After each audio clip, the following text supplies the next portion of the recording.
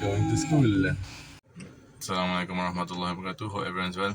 Just want to add on to the previous video. When I was in NIE studying, I remembered my teacher actually taught us. Shared with us that there was an experiment carried out. There were two class of students, and each class was just random. So it wasn't like divided based on how smart the student is or anything. It was just random students, 30 in each class.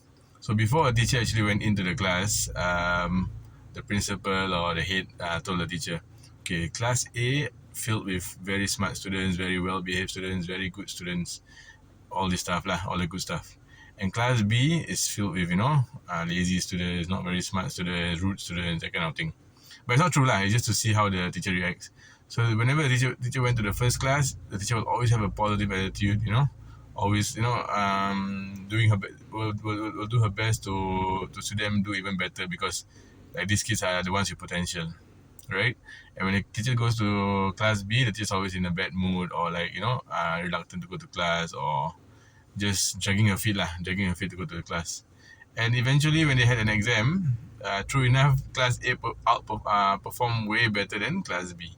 So this is just to add on to the previous video where I mentioned about, if you keep telling a child, you're this, you're ADHD, you have ADHD, or you're not good in a certain subject, or you're just born this way, then they might actually just grow up to be. Although this is the example is the teacher, wasn't the child, but I guess it has a link lah. So it's important what we tell our kids. Although it's true, it may be true, but it's important to give them belief and to some extent hope. Not false hope, but to some extent hope lah. Because I've seen many cases where when you tell a child you're not good in something, they just grow up believing so, as opposed to someone who's actually not very good, but you keep telling them, no, you can do it, we'll give you support, we'll help you, and then the child actually does well. Okay, so anyway, back to today's topic. Starting off today's topic. So today is about Umrah. So for travels, I'll just start off with the recent trips, then I'll go backwards all the way to as far as I can remember. So for Umrah, Alhamdulillah, living in Tarim, Yaman, we're below Saudi. So we get to go for Umrah quite often, maybe every year or so. So I'm just going to combine whatever I remember into this video. So from here, we can either drive up or fly up. So this year we flew, last year we drove. Yeah. So just to share, I'll just add on any travel tips at the same time for your benefit. So firstly about flights. I'll talk about flights, visas, hotels, whatever I can fit in. I'll try 15 minutes max lah. Okay, so for flights, firstly, do not check your flights too often. For me personally, I use Skyscanner. So what happened was in 2023 when we went for Umrah. So we decided to go Umrah on the same day, basically. So that one fine morning, my wife and I decided, okay, want to go Umrah. We were in Singapore at that time. We were actually getting a bit bored in Singapore, and we wanted to stay on until 8 in Singapore, but it was still early in Ramadan, so we were like, we didn't want to stay the whole time in Ramadan in Singapore. So last minute, that same morning, we decided to go for Umrah. Alhamdulillah, we booked the flight. But what happened was, every time I checked to book, it kept having error. Maybe because the time I wanted to book, I was too close or something. So keep having error, and whenever I keep checking again, the price kept going up. It just kept going up non-stop.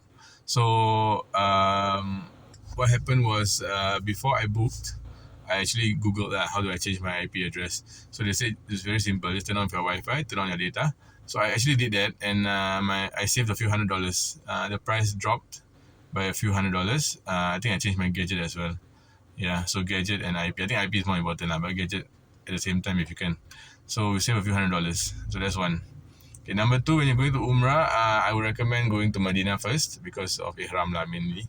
It's easier for you. You don't have to wear ihram in the plane and whatnot, right? It's more relaxing in my opinion. So if possible, get multi-city booking. Fly to Medina and then take a train to Jeddah. That's why I explained to you why train and not taxi.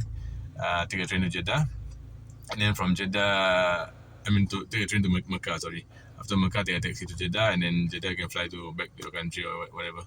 So try to do multi-city. Of course, do your comparisons. Check the price. So sometimes a flight return from Jeddah, from Singapore to Jeddah and back to Singapore or wherever you are from. Sometimes that is much cheaper than doing multi-city. So there's an option like you can click multi-city and then whatever it is, try not to buy individual flight. That will cost you a lot of money lah. Buying individual flight is always more expensive than return flights and multi-city flights. Yeah. So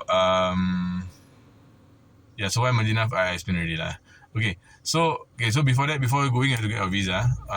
For Singaporeans and many other countries, other nationalities, you can actually get visa on arrival. So a few times I did visa on arrival, mainly because last time it was cheaper. When it first came out, visa on arrival was cheaper. But for now, I think it's better to just get your visa done online about a week or two before you leave. Not too early, but not too late either. Why not too early? Because if you do it too early, then if you want to go Umrah again within the next 12 months, you might not catch the date. Okay, so for example, I get my visa done on 1st of Jan, right? 1st of Jan I got my visa done, so it expires around, let's say, 31st December. So as long as you enter Saudi again before 31st December, you can use that visa still. So you're paying like the visa once for 2 Umrahs for that case lah. But if let's say you book too early and then you can't catch that date, then you might have to buy a new visa. So bear in mind, this is an entry visa, so a lot of people don't know. Even when I contacted Saudi official website, they themselves don't know lah. But I checked with the immigration officers in the airport itself, and they told me that they confirmed with me. This expiry date is not, you don't have to leave the country before the expiry date. You just have to enter the country before the expiry date. So you can stay on beyond the expiry date as long as you enter before the expiry date. You get what I mean? If you don't understand, just text me personally lah. Yeah. So so visa don't get too early because you want to try and do it twice if you plan to do it twice lah. Try to use the visa twice. Why not too late also? Because of Rauda. If you want to have your Rauda booking, you need your Iqamah number. Yeah, your visa number lah basically. You need your visa number. So if you book too late, it might not get Rauda slots. So Rauda you can go once a year. So of course try to get a Rauda the first time. Okay, so just to add on for Rauda, since I'm talking about Rauda. So for Rauda, if you and your spouse are going, I would encourage or advise to do on separate days because Rauda can take some time lah to queue. I mean, although it's booking, but you have to wait for your turn and then get in, that kind of thing. So you don't really know how long the whole thing takes. I rather just like, for example, day 1 I go, then my wife look after the kids, and then day 2 she goes and I look after the kids. I think that's way easier lah. That's what my wife and I did. Yeah, so that's Rauda. Okay, so visa's done, flight is done. Okay, so we fly to Medina. From Medina airport, we to get to Masjid Nabawi area, we take Karim. Normally we use Karim. There's also Uber, but I don't know why. My first year I took Uber and Karim. I keep checking both, see which is cheaper. But eventually I just decided on Karim. Yeah, I can't remember exactly probably the price or the amount of cars available, that kind of thing. So you can try both, up to you. Karim, Careem, Karim, car and then im, Karim, and the Arabic word Karim. So anyway, when you get to Medina, what was I going to say? Yeah, so booking of hotels in Medina, I used to book at the back of the masjid, right? Because used to be more shops behind, easier food, mainly for food lah actually. And also it's easier for you to pray. Because when you just enter the masjid, you're behind the imam, and also ladies, your prayer place for those especially those who are praying outside, maybe even inside lah. Your prayer place is at the back and also on the sides of the masjid. So if you stay at the front, you might have to walk a bit more. So if with kids and if you're older or not so fit, then it might be a bit tiring. But nowadays I book in front because my late mom, she actually advised, like, she herself used to book at the back, but she realized that was the point. I go Medina, whenever I go to Medina, I don't get to give salams to Rasulullah so often. So might as well I stay at the front, although I have to walk a bit more, just leave my hotel a bit earlier lah to get to the prayer place. So every time I go to the masjid, I will walk past Rasulullah maqam, and I can give my salams, which makes perfect sense lah. So my past few trips we've been booking in front, and now alhamdulillah there's much more eateries in front, and in fact good options lah in front, because there's a new mall that opened right in front or behind, depending where you're looking at, of Zamzam Pullman Hotel. Yeah, so that's where we normally stay nowadays. We stay in the front, and in fact we stay at Zamzam Pullman Mainly because that's like one of the cheaper options for a decent or good hotel lah. Yeah, so for me, I'll normally just get a hotel at the front. I'll look for the like the cheapest price, but the hotel has to be at least decent lah. So Zamzam has been good for us in terms of price, in terms of location. Then yeah, but recently we also stayed at Rotana. I can't remember why. I think maybe because Zamzam was either fully booked or too expensive because we booked last minute lah. Always book early, by the way. So what happened was we booked Rotana and it was okay lah. Rotana was fine. Not too far, a bit further than Zamzam, but not too far. Yeah. So in the past we actually did do book apartments, which was like at least 10 minutes drive away. That was the 2023 trip, right? So we went for Ramadan, about 2 or 3 weeks lah in Saudi.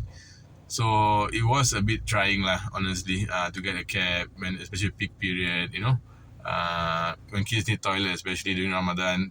There are toilets in Masjid Nabawi, but sometimes the queues are long, and then they start letting go in your pants. So it's a lot of work lah, honestly. So I wouldn't recommend for those especially young kids to get anywhere outside of the ring. So it has to be walking to me lah. It has to be walking distance to Masjid Nabawi if you're traveling with kids. This is just especially for toilet lah. For toilet, for the kids get tired and everything. Yeah, I mean, it's good experience. We learn from our experience, and that's why I'm here to share lah. Whatever we learn. Yeah. So and also one thing is book as early as possible, because there was once, I think it was our 2024 trip. We booked really early that even the counter guy was shocked at the price lah. He was like, "You guys gonna stay here for 2 weeks in Ramadan?" I said, "Yeah, inshallah." Then he's like thinking like, "Wow, this guy must be rich." But then when he saw the price I paid, it's like, "How much you pay?" Then I'm like, "This much lah I paid." He's just very shocked at the guy, like, "Why so cheap?" So I'm like, "Whatever lah, I booked already." so Alhamdulillah, we got it really rich, like 4 bedder, and then I think like it was really cheap lah. I think at least half price what others were paying lah. Yeah, I think we booked like 5-6 months in advance. Yeah, so that's one. Of course, it's not always true, but for this case, it was true lah. We actually saved quite a lot. Okay, so that's for hotels. So this logistics lah first. Okay. So what's next? Maybe talk about what you can do with your kids in. Okay, I'll tell you what. Maybe next video, I will talk about what you can do in Medina, as well as maybe the food lah. Just some recommendations for food. Yeah, so I'll see you in the next video. This will take a few videos lah. Medina and then Mecca, how to get to Mecca. So I try to compact them, but see lah how it goes. Okay, see you guys in the next video. Assalamualaikum warahmatullahi wabarakatuh.